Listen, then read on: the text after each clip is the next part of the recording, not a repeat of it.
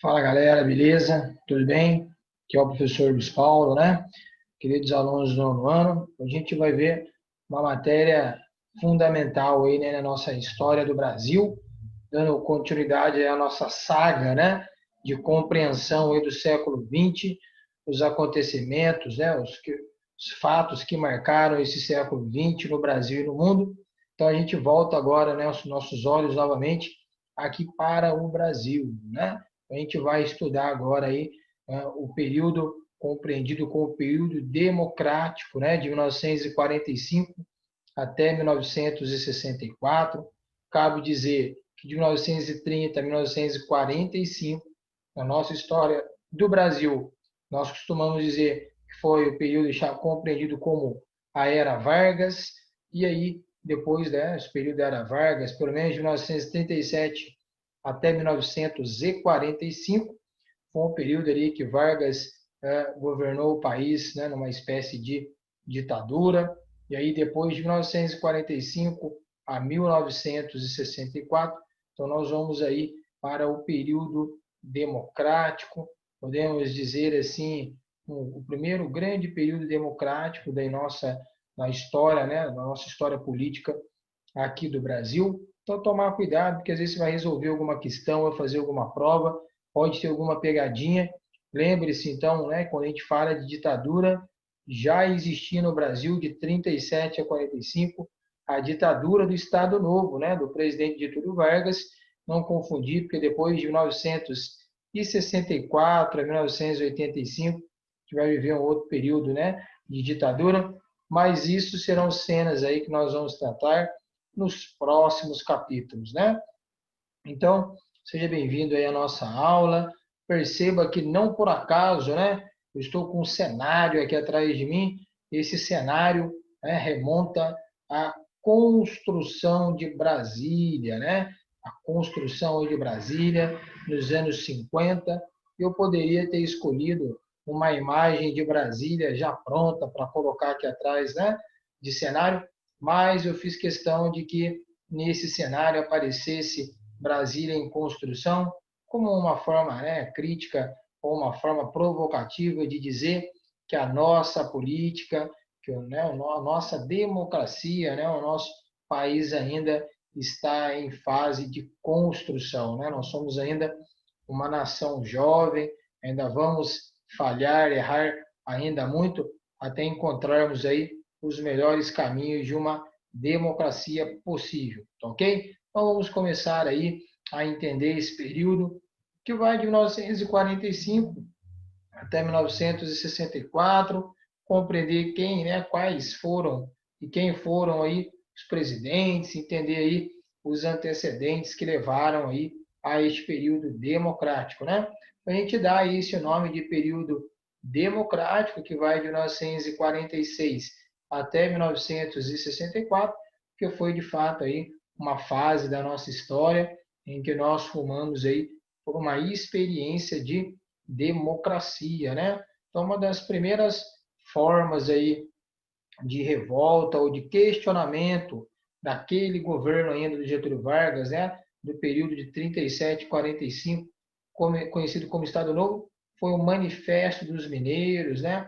Onde políticos de Minas Gerais questionavam ali o poder desempenhado, desenvolvido por Getúlio Vargas neste longo período, né, de 1930 até 1945, em que Getúlio Vargas vai passar ali no poder, né? Então, desde aí deste manifesto, né, surgiu aí a União Democrática Nacional, a UDN, era um partido de oposição aí às forças varguistas, né, de Getúlio Vargas, né? Então, pressionado naquele momento, Getúlio convocou eleições para dezembro, né, daquele ano de 1945, e ao mesmo tempo ele estimulou ali, né, seus partidários realizassem manifestações públicas a seu favor. O fato é que Getúlio Vargas também foi um grande estadista, uma figura emblemática da política brasileira. Getúlio Vargas sempre teve muitos apoiadores, né, pessoas que simpatizavam aí a sua forma de administrar ali o país, né? Então estes partidários fizeram vários movimentos, levantaram bandeiras, né, com os dizeres de queremos Getúlio, né? Então esse movimento ficou conhecido como queremismo, né, do ato de bem-querer. Então o Getúlio Vargas era muito bem-quisto, era uma pessoa muito querida na sociedade, né, em boa parte dos políticos, né? Então nesse resumo nós vamos conhecer aí os presidentes deste período democrático, né, as principais obras, o que eles de fato contribuíram aí para o nosso país, né? Então aí já surge a figura do governo Eurico Dutra, né? Que foi o primeiro presidente da República depois aí da saída de Getúlio Vargas do poder em 45. Cabe aqui lembrar que Getúlio Vargas não conseguia explicar, né, como ele sendo um ditador, né, por assim dizer, vivendo um período de ditadura no Brasil, durante a Segunda Guerra Mundial, de 1939 a 45, quando o Brasil, né, as tropas das Forças Armadas Brasileiras, né, da FEB, da Força Expedicionária Brasileira, né, a Marinha do Brasil, e também a Aeronáutica, quando foram entrar aí neste período da Segunda Guerra Mundial, eles optaram por entrar a favor ali dos aliados, né, países democráticos como Inglaterra, França e Estados Unidos. Acabando a guerra, os aliados vitoriosos, os opositores questionavam Vargas, né? Como que ele era a favor, ele apoiava numa guerra mundial democracias e mantinha o país numa ditadura, né? Então as coisas não foram bem nesse sentido para o Vargas. Ele resolveu, né? Foi pressionado, saiu do poder, mas manteve aí o seu prestígio, né? Então convocou as eleições para o final de 1945, mas saiu, por assim dizer, nos braços aí do povo, da opinião pública, né? E na época, o Eurico Gaspar Dutra, que era general, ministro do Getúlio Vargas, acabou ganhando aquele pleito eleitoral e se tornando aí presidente da República. É claro que se você, meu querido aluno, olhar, professor Luiz Paulo, por que está de 1946 a 1951 e não 1950? Era 5 anos antigamente?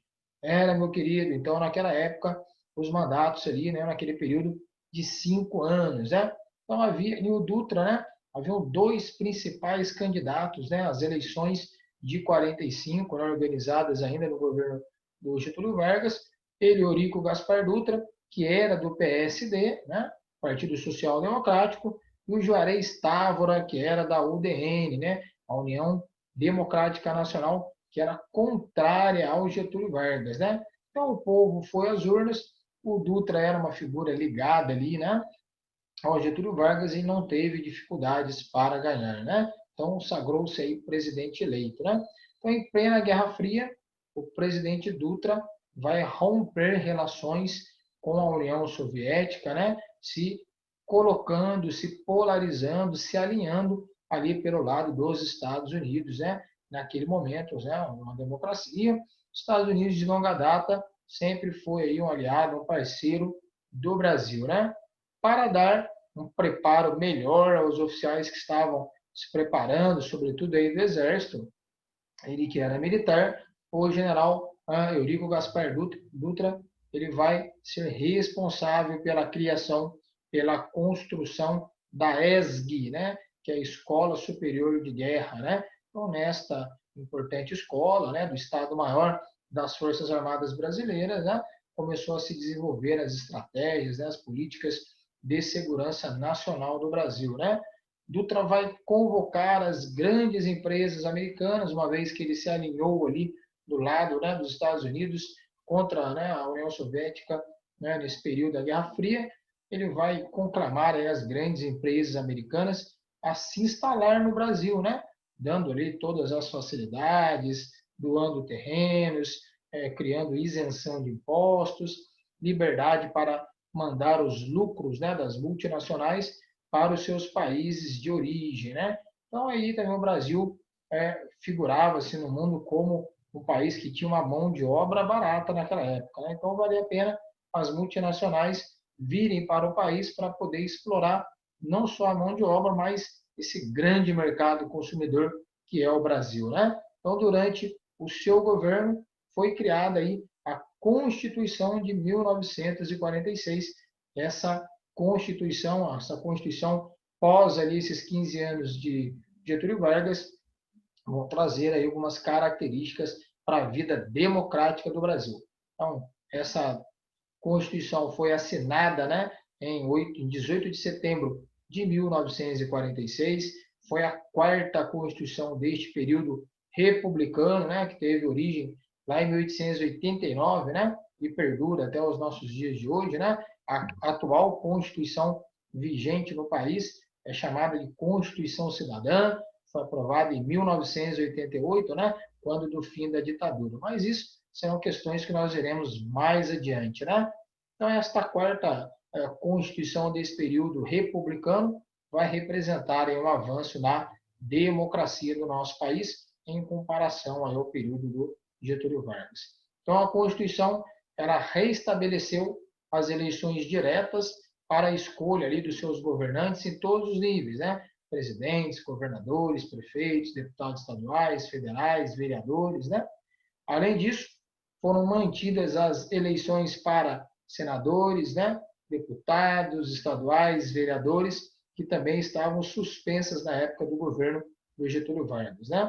Essa Constituição vai consagrar as liberdades, né, já expressas lá na Constituição de 1934, ainda no período do Getúlio Vargas, né, mas que foram anuladas pela Constituição de 37, que dava origem ao Estado Novo, esse período de ditadura que o Brasil viveu com o governo de Getúlio Vargas, né? Então, em 1946 foi reafirmado aí a liberdade de expressão, a liberdade de pensamento, de crença religiosa. As pessoas poderiam ver, né, ser responsáveis, desde que se responsabilizassem, né, pela liberdade do seu pensamento, pela liberdade de expressão, de criticar, de opinar na vida pública novamente, e principalmente a de liberdade religiosa, de crença religiosa. O Estado é laico, cada um com a sua crença religiosa, isso não importava ao Estado, né? Foi garantido para o cidadão que ele conseguisse ter ali o seu amplo direito de crença religiosa, né?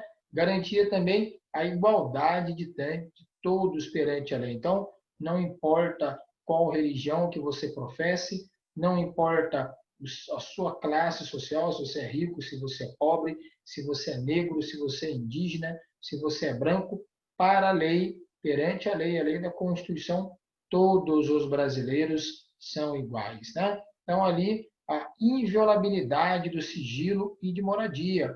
O que é isso, meu querido? Ninguém pode, até hoje, né, a Constituição atual traz essas inovações da Constituição de 46 e também da Constituição na época, né, de 34, de que ninguém pode abrir uma correspondência sua, por exemplo, e olhar o que está lá dentro sem o seu consentimento. Está violando o sigilo aí, a correspondência, né? E bem como a moradia, né? Além o amplo direito de defesa do acusado. Não sei se você sabe ou não, mas essa questão da moradia, né, a moradia pela Constituição, a lei diz que ela é asilo inviolável, né? Ninguém pode lá permanecer ou ficar, né, ou adentrar sem o seu consentimento. Significa dizer que é sua casa ou seu castelo, né? Então, ninguém pode entrar aí na sua casa sem a sua autorização, né? E por isso, se alguém fizer isso, estará invadindo. Repare que, inclusive, até quando a polícia, né, às vezes a polícia civil, a polícia militar, a polícia vai cumprir algum mandado, né, de busca e apreensão, durante esse mandado que está sendo feito, o juiz expede, né, autorização, a polícia investigou, sabe que no interior de uma certa casa tem alguém que é procurado, tem alguma coisa lá que é de interesse da investigação, precisa esperar um determinado horário para poder entrar, para poder fazer a revista, para poder ali efetuar a prisão daquele suspeito. Então, isso tudo está sendo garantido pela Constituição, né? Ninguém, inclusive o juiz tem que autorizar, né? A polícia pode invadir a sua casa, né, de qualquer forma, né? Desde, é claro, que não tenha fundada suspeita para isso, tudo tem um rito, né? Então, tudo isso está estabelecido ali na Constituição, isso na Constituição de 46, já aparecia e aparece hoje na nossa Constituição de 1988. Importante também dizer que o direito de defesa do acusado, né? Então, imagina, se você comete, né, algum tipo de crime, algum tipo de delito, você tem ali o direito de que um advogado lhe represente, né? O acusado ele tem o amplo direito da defesa, né, da prova do contraditório, para dizer depois se foi ele ou não que fez, né, cometeu aquele ilícito, né? São coisas importantes que aparecem na Constituição. Então, naquele momento, aí nesta imagem aparece, né, a figura do nosso presidente, né, o presidente Eurico Gaspar Dutra, com as cores, ele abraçado ao presidente americano, né? Então, nós temos as bandeiras de fundo, né, do Brasil e dos Estados Unidos, com uma grande aliança, né, entre os países aqui da América, né? Então, quanto à política externa, a aliança cada vez maior, né, dos Estados Unidos com o Brasil, isso foi extremamente importante, porque o Brasil foi um dos primeiros países aqui, né, a romper relações diplomáticas, né? O Eurico Gaspar Dutra foi extremamente corajoso ao romper as suas relações com a União Soviética, né? Em 1947, o Partido Comunista Brasileiro, o PCB, foi fechado, né? E logo em seguida, os deputados comunistas tiveram aí os seus mandatos cassados, né? Porque o governo de Dutra colocava na ilegalidade esse Partido Comunista, uma vez que o Brasil não tinha também relações, né, com a União Soviética, né? No plano da infraestrutura, no plano estratégico ali de desenvolvimento do Brasil, o Eurico Gaspar Dutra vai ser responsável pela criação do Plano SALT, né? Que são as siglas ali, né, de saúde, alimentação, transporte e energia, né? Então, numa tentativa de planejamento, o Dutra quis fazer ali um planejamento de como que o Brasil deveria se desenvolver, e para se desenvolver, o Brasil deveria concentrar aí em 4 áreas prioritárias, né? A saúde, a alimentação, o transporte e a energia, né? Então, os recursos, né, viriam da Receita Federal, dos impostos de renda, né, que são ali declarados, né, de empréstimos externos, sobretudo dos Estados Unidos. Esse projeto, né, ao longo do governo ali do Eurico Gaspar Dutra, acabou não tendo sucesso e foi abandonado logo depois aí do seu planejamento. Verificou-se que era inviável, né?